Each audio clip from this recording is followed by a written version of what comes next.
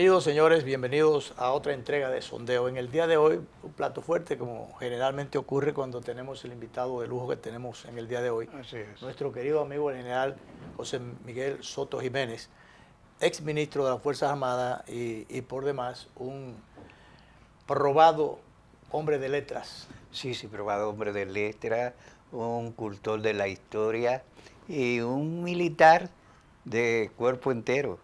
Así es, justamente nosotros queremos hoy, si se quiere, transitar un poco, retrotrayendo acontecimientos históricos de mucha importancia para el país y de mucha preocupación en algún momento para el país también.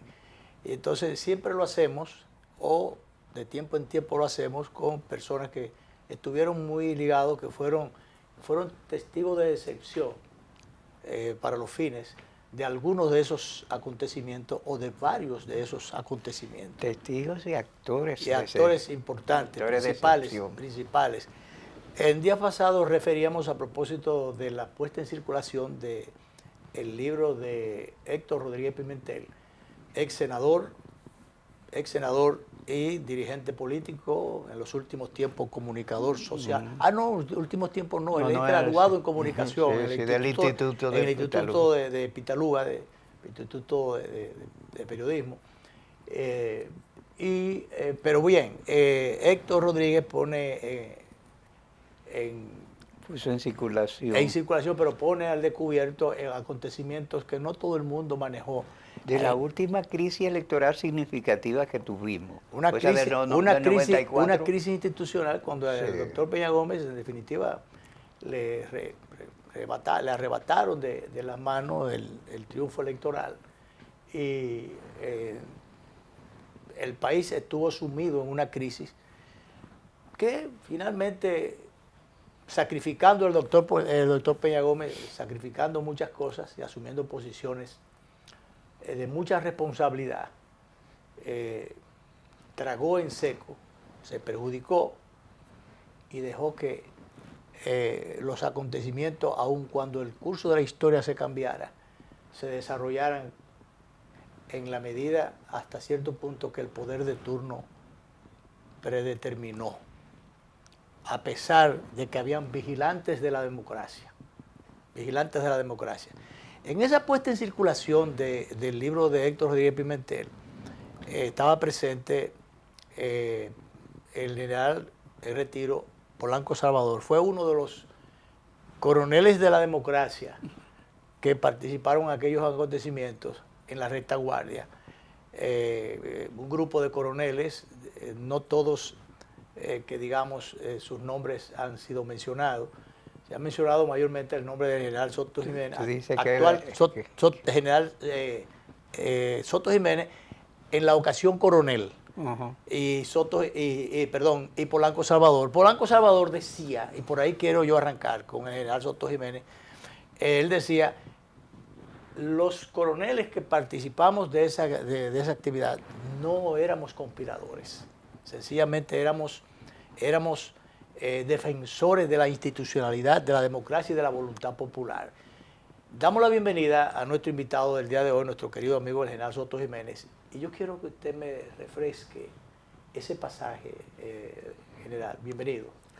No sin antes expresar, como siempre lo hago cada vez que vengo, porque yo soy una especie de habitué de este programa, la satisfacción que siento en varias órdenes de estar aquí con ustedes, ¿verdad? Con el veteranísimo Crimen y contigo, que no voy a decir la antigüedad de nuestra amistad porque nos compromete a ambos, ¿verdad? Bueno, pero expresar esa satisfacción ante todo. Yo creo que lo que te dice el coronel, el mayor general Polanco Salvador, como tú dices, en honrosa posición de retiro, yo creo que es muy pertinente porque el general Polanco, que tiene conmigo una vieja amistad, que sí la voy a decir, es una amistad de más de 60 años. Nos conocimos desde niños, siendo prácticamente imberbes. Y coincidimos en el asunto de la carrera militar luego, ingresamos juntos. Se puede decir que prácticamente el mismo día ingresamos al ejército. Pero también él fue, y es lo importante, él fue el segundo hombre de inicio, porque ese movimiento nació, ojo, en 1990. 1990. En 1990, cuando las elecciones, en la que terciaron, entre otros, de forma casi favorita, el Partido de la Liberación Dominicana contra el partido de gobierno, que era el Partido Reformista. Y recuerden que pasó un evento histórico interesante, que fue que Peña Gómez le fue a ofrecer el apoyo al profesor Juan Bosch, sin condiciones, y el profesor Bosch lo desechó. Lo mismo pasó con el licenciado Jacobo Magluta. Pero lo más importante es resaltar por tu pregunta. Es que eso no se ha hablado mucho, pero realmente... No, y fue una realidad. Un factor importante, pero...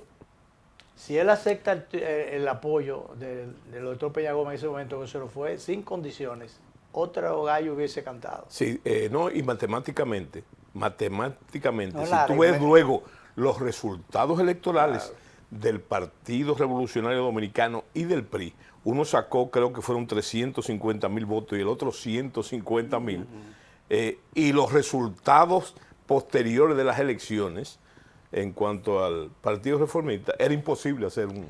No, las aritméticas electorales no mentían. No mentía. Claro. Bueno, pero está bien, ese no es el caso de la corrección de los errores históricos que cometen todos los políticos, en una que otra ocasión. Pero lo importante es eso, básicamente, que el otro factor que no te dijo el general Polanco por modestia, es que en ese movimiento estaban las figuras más preponderantes académicamente de las Fuerzas Armadas, gente de mucho valor profesional. Y entonces, cuando se me cataloga, cuando entra el momento, y me voy a permitir contarte brevemente una anécdota, yo creo que la parte más difícil de ese libro, Los Muchachos de la Democracia, como siempre lo llamó el presidente Hipólito Mejía, el momento más difícil fue el título. Porque donde quiera, ¿verdad?, por asociación de ideas, me daba conspiración, trama, conjura. Entonces... Pero hay una nota general. Desde la crisis de los misiles se produjo una tendencia. Cuando uno lee a Toynbee, que dice que se asientan tendencias en las líneas de tiempo de determinados sistemas, la irrupción de los militares fueron de los cuarteles. Desde esa época en América Latina se registraron varios golpes militares. Y aquí estaba latente un desenvainar de sable. Pero hay una nota que parece contradictoria. Es que ustedes, por ejemplo, usted marcó referente mi acercamiento posible a los cuarteles cuando yo era un execrado. No hubiese sido posible sin su presencia. Sí, por eso hacía un referente. Entonces, pero ustedes estaban para que no se desenvainaran los sables. Eso no es contradictorio. No, fíjate qué interesante, que conduce a tu pregunta y la observación de General Polanco. Nosotros nunca hablamos de golpe de Estado, ni de insubordinación.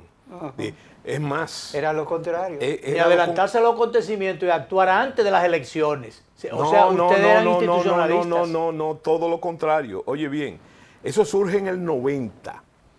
¿Verdad? En el 90. Y yo lo narro en el libro, un encuentro fortuito, yo le llamo un encuentro del tercer tipo, con el presidente Mejía, que era en esa época el candidato vicepresidencial del PRD, y yo era el comandante del 6º Batallón de Cazadores. Bueno, pero todo eso está en el libro. Ahora, no solamente nosotros nunca pensamos en eso, en ese tipo de cosas. Perdón, general, en ese mismo orden, ¿cómo coincidieron los coroneles, los amigos uniformados, para que no hubiese delación? Aunque yo creo que el doctor Balaguer lo sabía, pero sí. ¿Cómo coincidieron El Balaguer en esa unidad de pensamiento? El doctor Balaguer lo vino a saber en el 2004. Digo, en el 94. En el 94, sí. 94. Pero resulta que esto nació en el 90. Ok. ¿Verdad? Entonces, el problema era un problema pero fíjate qué interesante, de asociación profesional. Sí. Porque es un movimiento que nació en las unidades tácticas, en los oficiales de las unidades, los comandantes de las unidades tácticas. Comandante operativo. Operativo, y además en las escuelas. Si hay un culpable nominal, ¿verdad? Yo te dije que fue la llamada profesionalización, que está mal empleado el término, y las escuelas. Y las escuelas. Porque cuando yo te hablé de calidad de los oficiales de calidad profesional, entre otras cosas, no solamente ejercen el comando de tropas, sino que dan clase en las escuelas militares. Ahora bien, ¿cómo catalogar en el momento de ponerle título? Me salvó la memoria, porque el presidente Hipólito Mejía, que fue, por así decirlo, nuestro jefe militar,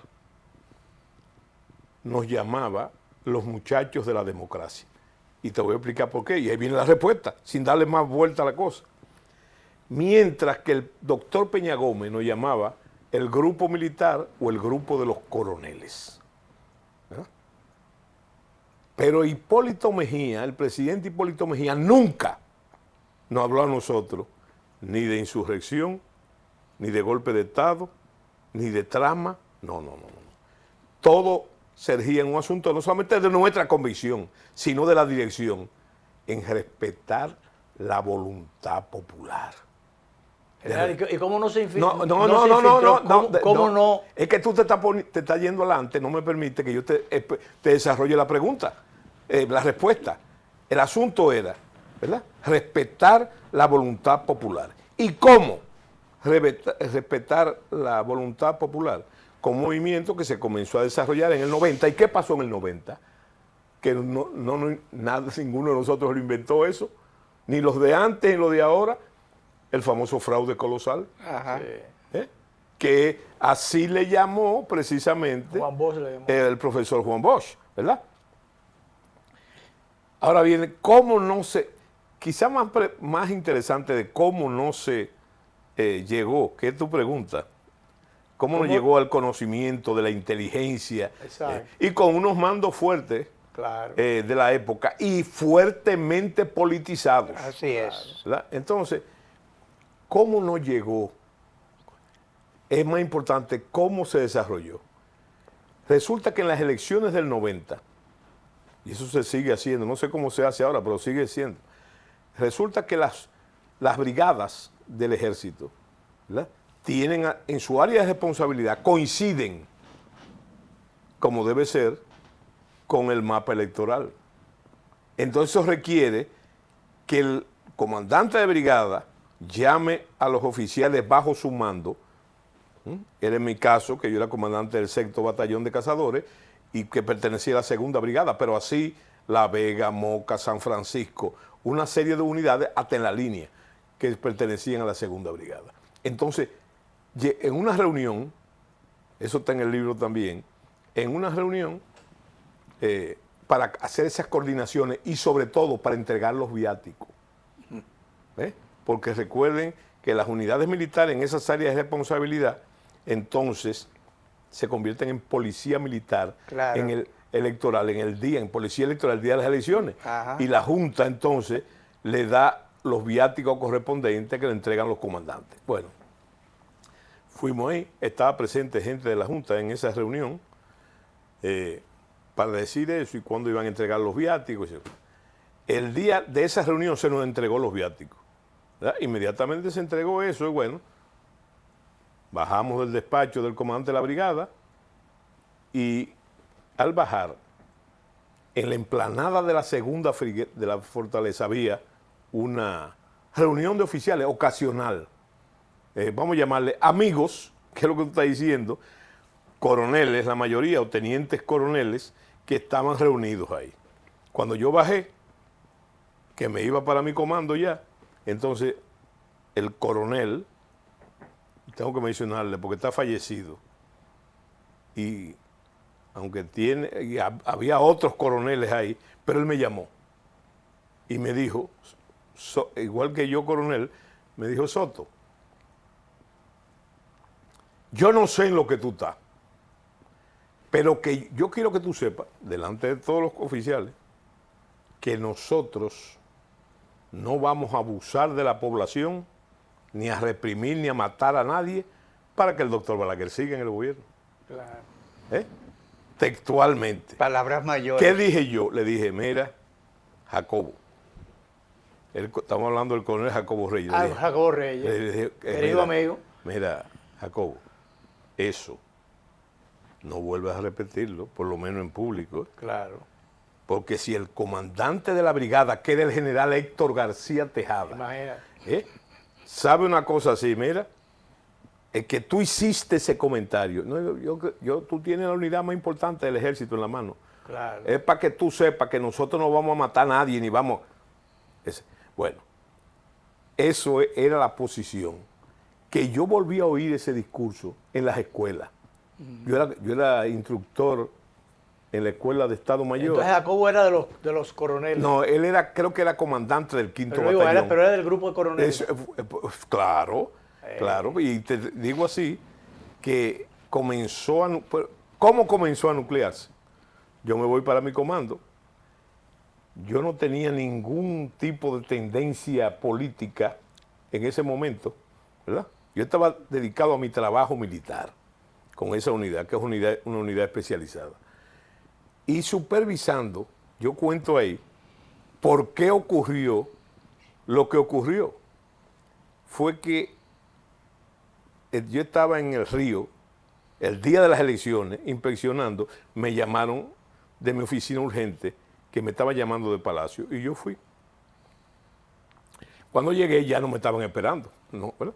Pero me dijo mi ayudante, me dijo: comandante, lo está llamando el general Pérez Bello. ¿Verdad? Asistente Pero especial dejó teléfono. del presidente. Dejó teléfono, sí. Mire, y dio, todo eso está en el libro, dio el teléfono. Llámalo.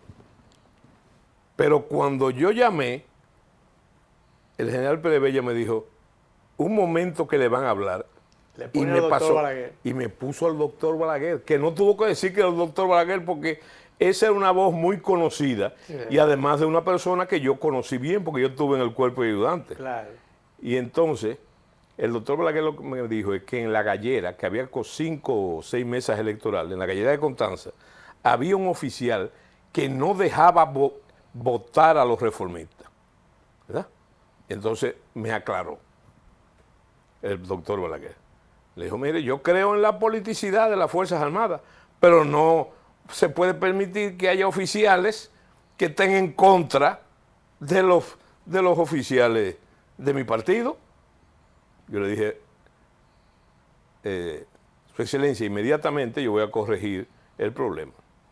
Me dirigí a La Gallera y efectivamente encontré un oficial, quizás fue un malentendido, pero el doctor Balaguer lo llamó de ahí de La Gallera, una persona que estaba muy vinculado, bueno, hasta el grado de hacerlo llamar y que él respondiera inmediatamente.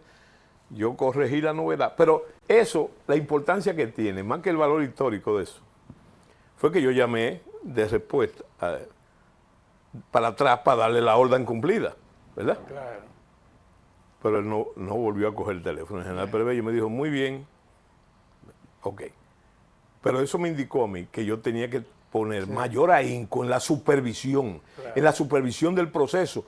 Y me dediqué a andar todas las mesas electorales. Y recuerdo que en una mesa que estaba en Cañada Seca, yo andaba con varios oficiales de mi plana mayor. Cuando llegamos ahí, en el momento que llegamos, que yo estoy dando las instrucciones,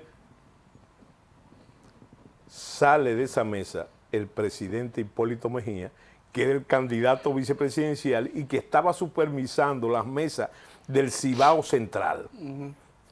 Yo no lo conocía a él físicamente. Y él entonces me dijo mi nombre correctamente, me dijo que él conocía a mi familia. Y lo más importante que me dijo: mire, Soto, esta gente, yo le pregunto, ¿cómo encontró usted en su recorrido la cosa? Me dice, no, aquí esto está bien, pero en otros sitios he encontrado muchas irregularidades. Y te voy a decir algo. Esta gente, me imagino que son la gente del PLD, sin gran esfuerzo, no saben bregar con este viejo. Van a pasear este viejo. Ese viejo va a pasear a toda esta gente. ¿Verdad? Nosotros no tenemos nada que buscar, dice él, en estas elecciones. Pero después sí. Después sí. Yo quiero hablar contigo.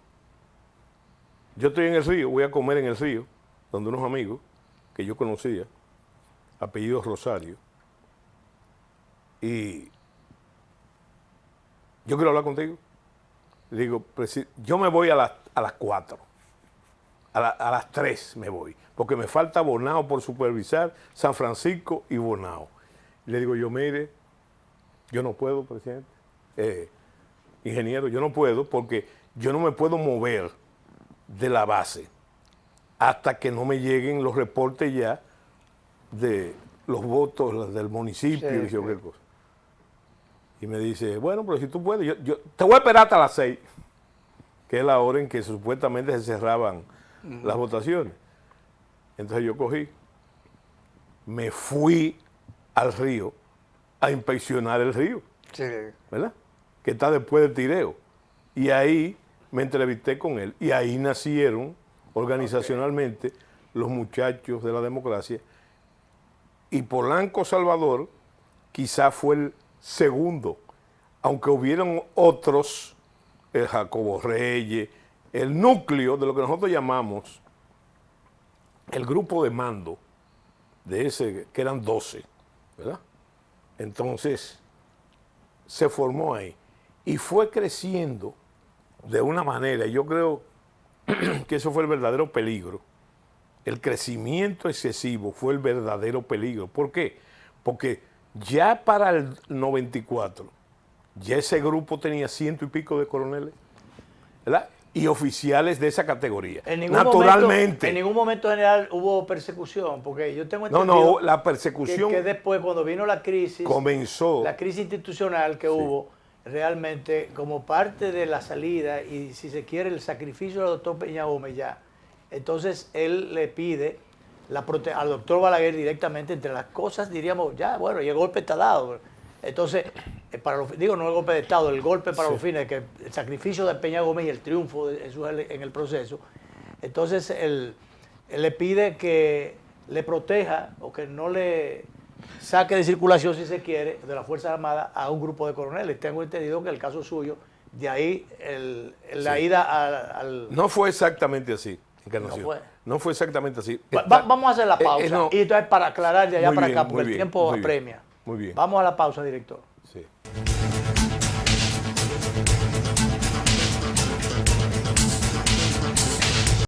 Detrás de cada logro hay esfuerzos que nadie ve, porque las grandes historias comienzan en silencio.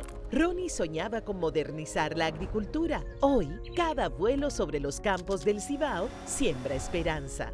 Rebeca convirtió miles de horas en melodías que elevan nuestra identidad. Hoy, comparte su talento para que otros encuentren su propia voz. Casey entendió que el futuro no se espera, se programa.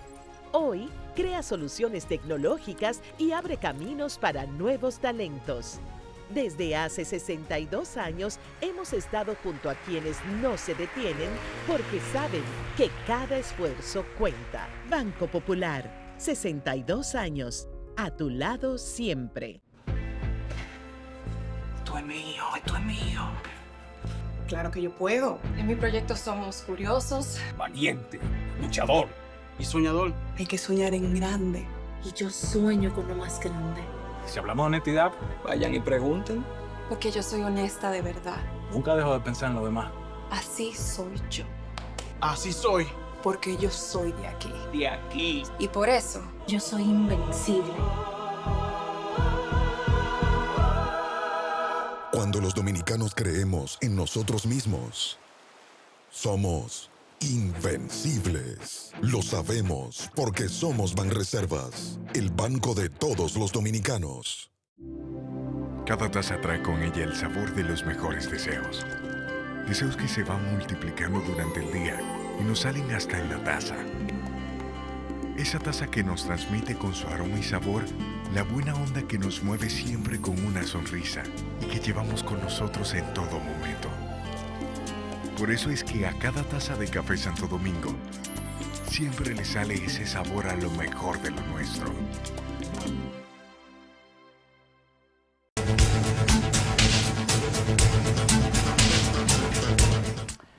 Definitivamente, para hablar de acontecimientos históricos que son tan grandes y tan largos, el tiempo es muy corto siempre. Vamos a saltar un poco, general. Vamos a la parte de su... Yo diría, del apoyo institucional brindado por usted al grupo, al doctor Peña Gómez, o la identificación más bien, diríamos, del movimiento democrático, sin que se ligara, o sea, dividiendo las cosas, sí, que no se viera como un movimiento conspirativo, pero de todas maneras, yo no sé si decir inclinación por el doctor Peña Gómez porque hubo una combinación de defensa de la institucionalidad y de determinado apoyo al doctor Peña Gómez. Sí. O sea, ¿cómo? No, el problema no es, tú tienes que ver, es como nosotros, como se decía en la vida militar, la apreciación de la situación es un proceso continuo. Lo que fue ayer, exacto, no es ayer mismo, exacto, no es lo que fue hoy. Exacto. Y hay que mudarse en las circunstancias. Entonces, en este caso, y para abreviar, yo creo que se puede decir que las únicas elecciones en las que no hubo posibilidad de los alegatos de fraude fue cuando Balaguer volvió en el 2010. Esas elecciones las ganó Balaguer, porque no estaba en el poder, ni tenía las articulaciones para estarlo. En el 83. Entonces, sí, pero... Ahí le robaron las elecciones a Jacobo también, realmente, bueno, no estaban... Ahí Danilo y Clima y yo estamos muy metidos en ese proceso. ¿Cómo tú acusas? Claro. ¿Cómo tú acusas? Porque tenía el gobierno en contra. ¿Cómo tú acusas de fraude en las elecciones que ganó el doctor Balaguer, el rector Balaguer, ¿verdad? No había articulación para hacerlo. Ahora, sí había un verdadero historial de fraudes y mañas electorales, porque la gente se le olvida eso, ya se le olvidó, ya se le olvidó el granadazo, ya se le olvidó el gacetazo, ya se le olvidó, y tú eres testigo también de lo que fue la batalla campal de Boca Chica, entre jacobianos y, óyeme, eso fue una verdadera batalla. Sí. Ahí se usaron todo tipo de armas. Y lo único que se nos usó fue artillería. Ahí se usó todo tipo. Entonces yo te digo que había un fenómeno asentado sobre eso. Pero mira, aunque tú me dices que brinquemos, yo te voy a decir algo. Te voy a contar un episodio. Estoy conspirando contra mi libro, porque si lo estoy diciendo, eso está en el libro también ahí. Perfectamente. En el libro está detallado, no se preocupe. Aquí hubo dos reuniones entre el doctor Balaguer y el doctor Peña Gómez. Uno fue en la Biblioteca República Dominicana y el otro fue en la casa del doctor Balaguer, porque el doctor Peña Gómez el doctor Balaguer le pidió a Peña que él no podía, tenía problemas de movilidad, etc. Bueno, lo que te voy a contar, rigurosamente histórico, sobre el grupo fue lo siguiente. Que el doctor Balaguer entraron en la discusión, el intercambio de pareceres de los 2 años y los 2 años. Pero hubo un problema. ¿Quién iba a ocupar primero después de ese acuerdo? ¿Quién lo iba a ocupar primero? Por razones de edad, seguía el doctor Balaguer. Seguía el doctor. Pero el doctor Peña Gómez no estaba convencido de eso, ¿verdad? Como natural. Entonces el doctor Balaguer, ahí entra el papel protagónico de los muchachos de la democracia, ¿verdad? De los muchachos de la democracia. ¿Cuál fue? Que el doctor Balaguer le dijo, mire, vamos a hacerlo así. Yo, primero, y a los 2 años yo le entrego la... ¿Año y medio? No. Escúchame. Porque fue que después... Se hablaba de 2 años. Sí. Yo no puedo poner en boca mía lo que se dijo ahí. Y a mí me lo contó, yo no estaba ahí, pero a mí me lo contó el doctor Peña Gómez, delante del presidente Hipólito Mejía y delante también de Milagro Ortiz y el grupo de mando ahí del Internacional Socialista, ¿verdad? Que me llamaron a mí. Después de eso, pero espérate. Es que entonces el doctor Balaguer... choca con la realidad de los...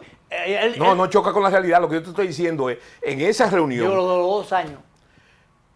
Pero por favor. Adelante, general. 2, 7 meses, 8 meses. Lo que se habló fue el 2 por 2. Sí. Ese era el asunto, no es la exactitud de qué era. Entonces, ¿qué sucedió? Que el doctor Balaguer, para que el doctor Peña Gómez aceptara, le dijo, no del grupo, le dijo, yo le voy a nombrar al coronel Soto Jiménez, ministro de las Fuerzas Armadas, y al coronel Polanco Salvador, jefe del ejército. Y esa es la garantía de que yo ese voy dato no se conocía, general. Pero está en el libro. Ok, está en el libro. Está en el libro. Pero no se ha manejado como... Sí. No, y se conoce bastante. Te voy a explicar por qué. Ahora voy. Te voy a explicar por qué. Entonces, el doctor Peña Gómez, ¿verdad?, le dijo que no era simplemente esos 2 oficiales, que él estaba muy de acuerdo, pero que había otro, y el doctor Balaguer le dijo, mándeme la lista de los otros para nombrárselo también en el alto mando. ¿Qué pasó? Como es natural, dato también lo desconocía yo. Como es natural, el doctor Peña Gómez salió de ahí. Claro, para la reunión aquella. No, salió inmediatamente para la Internacional Socialista en la López de Vega, que quedaba en la López de cerca de la López de Vega. E inmediatamente me llamaron a mí. ¿Quién me llamó? El presidente Hipólito Mejía me llamó y después yo estaba activo, yo estaba activo y eso fue en horas del mediodía, ¿verdad? Entonces yo estaba reunido, no había tiempo para yo ir a mi casa, cambiar mi eso y yo me fui así mismo por cuando me llamó el doctor Peña Gómez que quería verme urgentemente. Yo fui a la Internacional Socialista y encontré la reunión, como dicen los americanos, de The Ruling Class, el grupo que mandaba el PRD, y estaba también un extranjero, que era el doctor Graham, que había sido mediador en las elecciones y había sido también embajador, ¿verdad? Bueno, pero era un personaje, era una personalidad de peso. Un personaje. Y él fue testigo de lo que estoy diciendo. El doctor Peña Gómez me dijo eso. ¿Verdad? ¿Usted se enteró después? ¿Quién mandó al doctor Graham? ¿Quién lo mandó? ¿Usted se enteró después? No, porque es un historial. Sí. Es un historial. Porque el señor había estado en el país. Sí, había estado en el país desde la muerte de Trujillo. Después de la muerte de Trujillo. Bueno, él era un dominicanólogo, ¿verdad? Sí. En realidad. Pero naturalmente en ese momento fue observador de las elecciones. Sí. Déjame decirte que yo pude hablar antes de publicar el libro. Yo pude hablar con el doctor Graham que estuvo en el país y déjame decirte, él lo recordaba tal como yo se lo estoy contando, porque él fue testigo. Sí. Bueno, ¿quién me lo llevó a mí? Me lo llevó el señor Guido Gómez Mazara, que es amigo de él, y Guido a su vez estaba escribiendo un libro en que hacía referencia de eso y compartimos con él. Interesante, muy interesante. Bueno, el asunto es que cuando en el grupo, te voy a decir el temperamento, la gran mayoría de ese grupo estaba en contra del 2x2. Estaba en contra.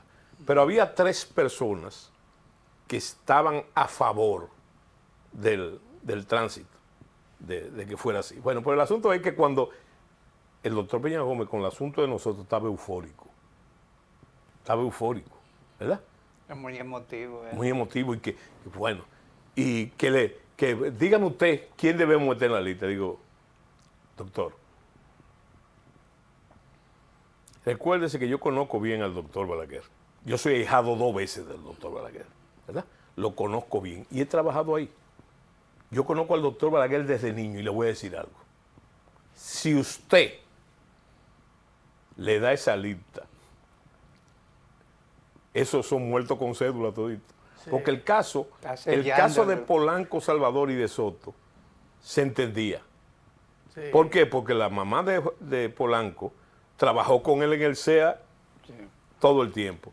Y en el caso mío se trata de Cuchico Jiménez, que él decía que era el hermano varón que él nunca tuvo.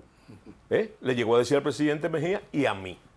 Bueno, el asunto es que decidió él no mandar la lista y eso se quedó. Se disoluyó. Pero,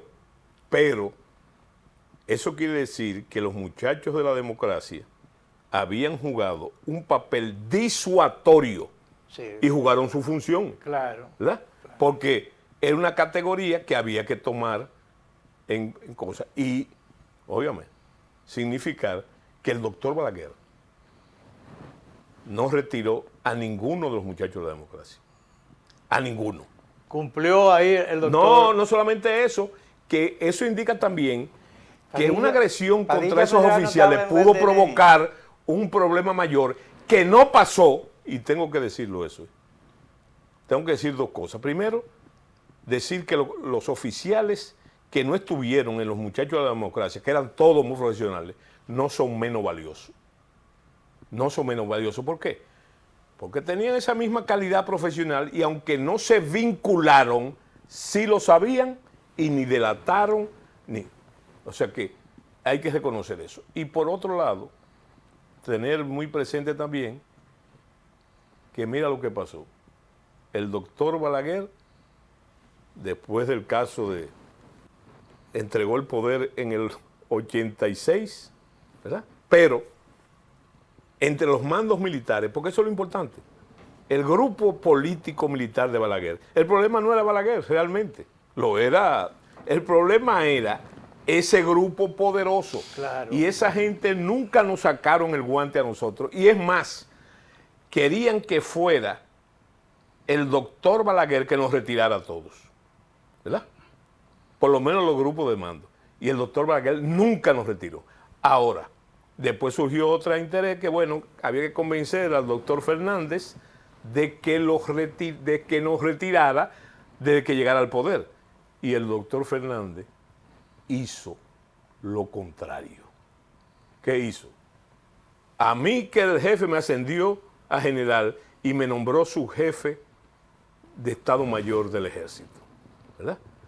A Polanco lo ascendió y lo mandó para Francia. Y muchos de los oficiales, para no mencionar los demás, lo usó él en su entorno, claro, en los mandos. ¿Entiendes? Ahí se pareció un poquito. Vamos a dar la pausa, pero antes de eso, muy brevemente, se pareció un poquito eso a una vez que, siendo el general Inver Barrera, ministro de las Fuerzas Armadas, le manda una lista al doctor Balaguer para cancelar un racimo de generales. No, retirarlo. Perdón, retirarlo. Recomendación para retirarlo y ascenso para otros. Entonces el doctor Balaguer invirtió los papeles. Yo conocí de ese dato muy particular que lo referí recientemente a propósito de todos estos últimos acontecimientos. Digo, acontecimientos de aquella ocasión, pero que lo hemos estado refiriendo recientemente, tanto en el libro suyo como en la puesta en circulación del de Héctor Rodríguez Pimentel. Ahí estaba el general Aquino Guzmán Pérez, que fue mi vecino, mi querido vecino, que estaba recomendado para retiro. Y entonces ahí vino el ascenso, porque el doctor cambió. Y eso vino muy a propósito, ese comentario, Clime y general, porque con el recién destituido director de la policía, alguna gente entendía, comenzando por mí, que quizás si el presidente profundiza un poquito más, hubiese invertido los papeles. No, ¿tú sabes por qué? Porque hay que tomar en cuenta, fíjate, yo cuando me han preguntado sobre eso, hay que tomar en cuenta dos cosas, ¿verdad? Y usted puede decir que son de esos veteranos de guerra, de tipo napoleónico, y están llenos de vivencia. Pero la primera pregunta que hay que hacerse con los cambios, creo que fueron 30 cambios, y de los cuales había un grupo de militares, y entre ese el de la policía. Lo primero que hay que tomar en cuenta es, ¿tiene el presidente de la República facultad constitucional para hacerlo? Sí, la tiene. La tiene. La tiene. Pero tampoco podemos adelantarnos a prejuzgar a los nuevos incumbentes porque hay que ver los resultados. En cuanto a la intencionalidad del presidente para hacer su cambio, óyeme, a mí realmente no me interesa.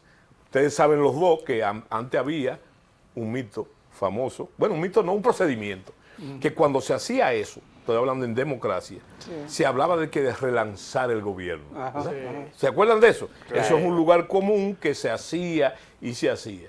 Bueno, pero yo lo que digo que ahora lo que hay que esperar, en cada uno de los casos, en los militares no es, porque los militares no es que están obligados a darle continuidad al Estado. Claro. En el único sitio que realmente, no en el único, pero de las únicas instituciones que se da la continuidad del Estado es en las Fuerzas Armadas. Bueno, realmente ha sido así en los últimos tiempos, sobre todo después del 66. Claro. Eso bien, vamos, Danilo, vamos a la segunda y última pausa. Seguimos nuestra conversación de allá para acá con el general Soto Jiménez, nuestro distinguido invitado del día de hoy.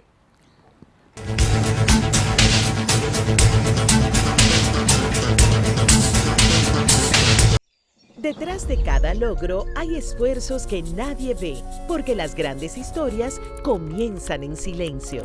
Ronnie soñaba con modernizar la agricultura. Hoy, cada vuelo sobre los campos del Cibao siembra esperanza. Rebeca convirtió miles de horas en melodías que elevan nuestra identidad. Hoy, comparte su talento para que otros encuentren su propia voz. Casey entendió que el futuro no se espera, se programa. Hoy, crea soluciones tecnológicas y abre caminos para nuevos talentos. Desde hace 62 años hemos estado junto a quienes no se detienen porque saben que cada esfuerzo cuenta. Banco Popular, 62 años, a tu lado siempre. Cada taza trae con ella el sabor de los mejores deseos. Deseos que se van multiplicando durante el día y nos salen hasta en la taza. Esa taza que nos transmite con su aroma y sabor la buena onda que nos mueve siempre con una sonrisa y que llevamos con nosotros en todo momento. Por eso es que a cada taza de Café Santo Domingo siempre le sale ese sabor a lo mejor de lo nuestro.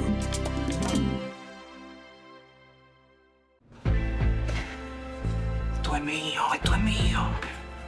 Claro que yo puedo. En mi proyecto somos curiosos, Valiente, luchador y soñador. Hay que soñar en grande.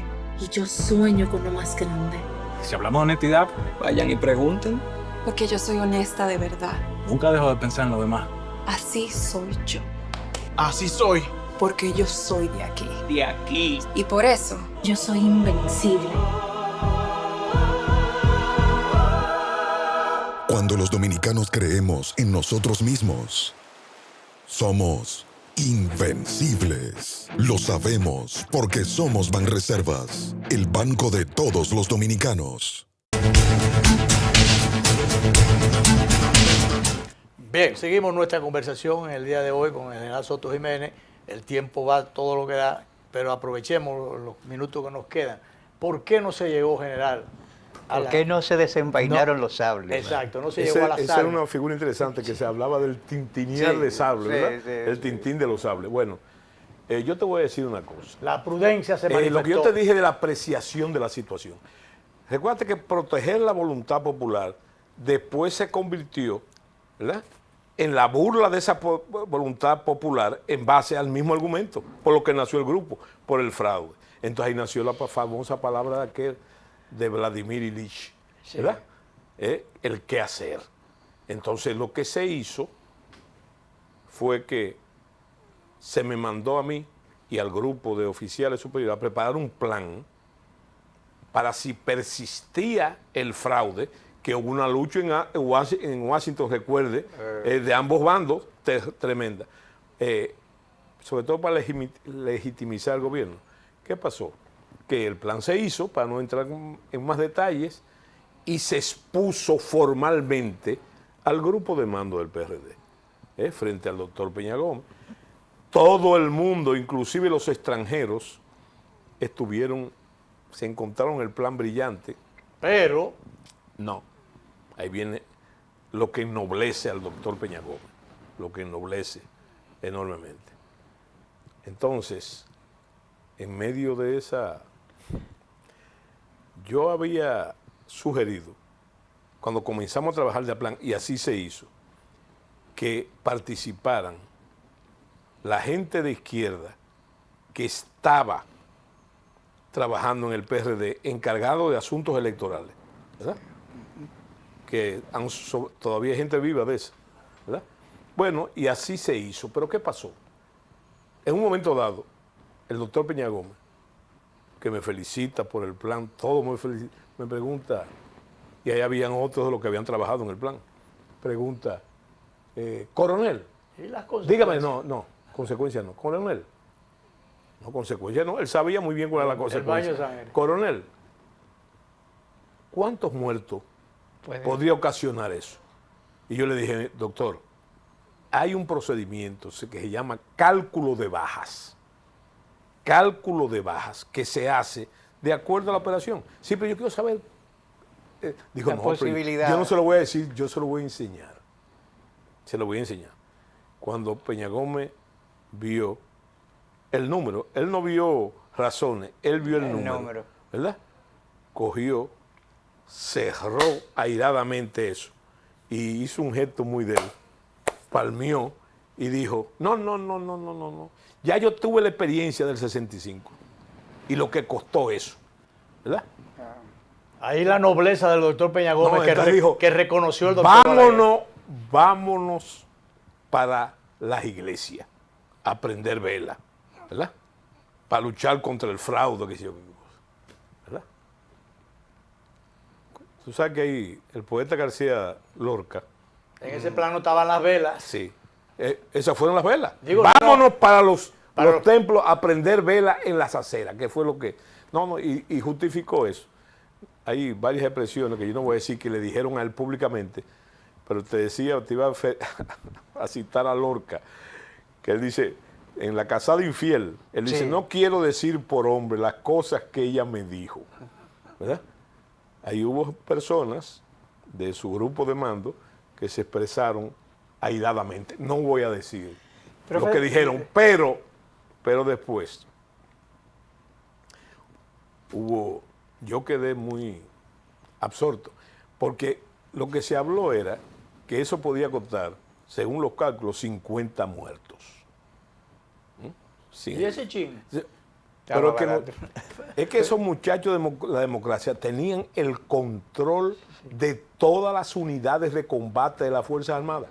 Oye, yo creí que eran miles de muertos. No, pero hay algo que pero precisamente todavía se está discutiendo, Climen lo sabe bien, cuántos muertos causó la guerra de abril, y se habla de 3.000, de 5.000. Claro. Oye, yo lo que te digo es que eso hay que tener en cuenta. El problema no es el número. Ahora, yo estoy seguro, yo que preparé el plan, y el plan se nutre de un procedimiento que es matemático, básicamente. Y yo te digo a ti, que lo peor es, si yo sé eso, no le enseño el plan. ¿Tú sabes cuánto? Yo dudo, y lo ejecuta. Yo dudo que podía haber más de 50, mucho menos iba a haber. Porque es que nosotros teníamos prácticamente el control de las Fuerzas Armadas. General, usted citó a Lenin, y hay una palabra famosa de Lenin en el análisis de lo que se llamaba momentos estelares. Decía, y no sé si ustedes se vieron contriñidos por ese tipo de presión, hoy puede ser muy pronto, pero mañana puede ser muy tarde. Claro. Y recuérdate, en otro grado, la frase de Napoleón Bonaparte, cuando se le llamaba en Francia el carnicero, por la cantidad de gente que la leva militar llevaba a los campos de batalla y los muertos que producía. Y él dijo, diferente a Lenin, dijo, para mí, los hombres y las bajas son cifras. Son cifras. Oye, descarnado totalmente de pensamiento. La cantidad de bajas pueden ser cientos de miles, pero para mí eso es una cifra. Claro.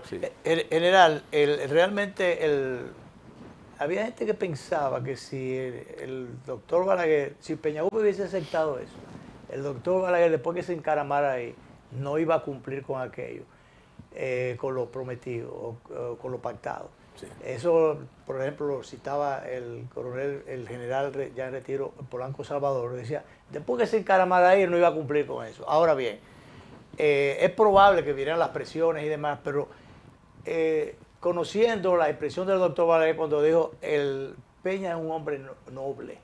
O sea, yo particularmente ahora, ya pasado el tiempo, creo que el doctor Balaguer hubiera cumplido, porque las circunstancias iban a acomodar las cosas. Yo coincido perfectamente contigo. Claro. Además que dio connotaciones de eso, ¿verdad? Exacto. Dio connotaciones de eso. Mira, y él conocía también. Me voy a permitir general, citarte un libro que acaba de salir del almirante Uribe Peguero, que se llama Coroneles. Él era uno de los coroneles también. Él era, y parte, no solamente eso, pero para lo que ustedes están diciendo, lo interesante es que él hace un estudio, no solamente, ese libro es sobre los muchachos de la democracia, ¿verdad? Con el nombre original que le daba Peña, los coroneles. Pero hay que tener muy en cuenta el caso de que si tú te pones a lucubrar y a observar, por eso te digo, yo estoy de acuerdo totalmente contigo, ¿verdad? Ahora es muy fácil decirlo desde el punto de vista de Peña Gómez, ahora. Yo estoy convencido, ahora, si tú le preguntas a cualquier muchacho de la democracia, incluyéndome a mí, ¿verdad? En ese momento, yo te dije que nosotros íbamos a hacer lo que hubiese sido posible, porque hay que tomar también que las Fuerzas Armadas estaban pasando por ese momento, yo le llamo medicante, por un principio medicante, con la bota rota, no había chamaco, no había de nada. Eso es lo que se llamaba crimen en aquello, las condiciones materiales de existencia, ¿verdad? Sí. Entonces, eso es un elemento que hay que poner interesante. Destacar que en la nobleza del doctor Peña Gómez también hay que poner en una cosa que no se ha dicho, está en el libro también, que está sobre el tapete, ponerla, porque es una pregunta lógica. ¿Cuál es la pregunta lógica? Ninguno de esos muchachos de la democracia, y afortunadamente casi todos están vivos, nunca se habló de posiciones ni de intereses de ningún tipo. Era ese. Ahora tú me dices, ¿cómo? ¿Y cómo te explica eso en los guardias? ¿Por qué? Porque eran oficiales de escuela todos. Sí, claro, jóvenes, progresistas. Y estaban imbuidos de la democracia. ¿Por qué?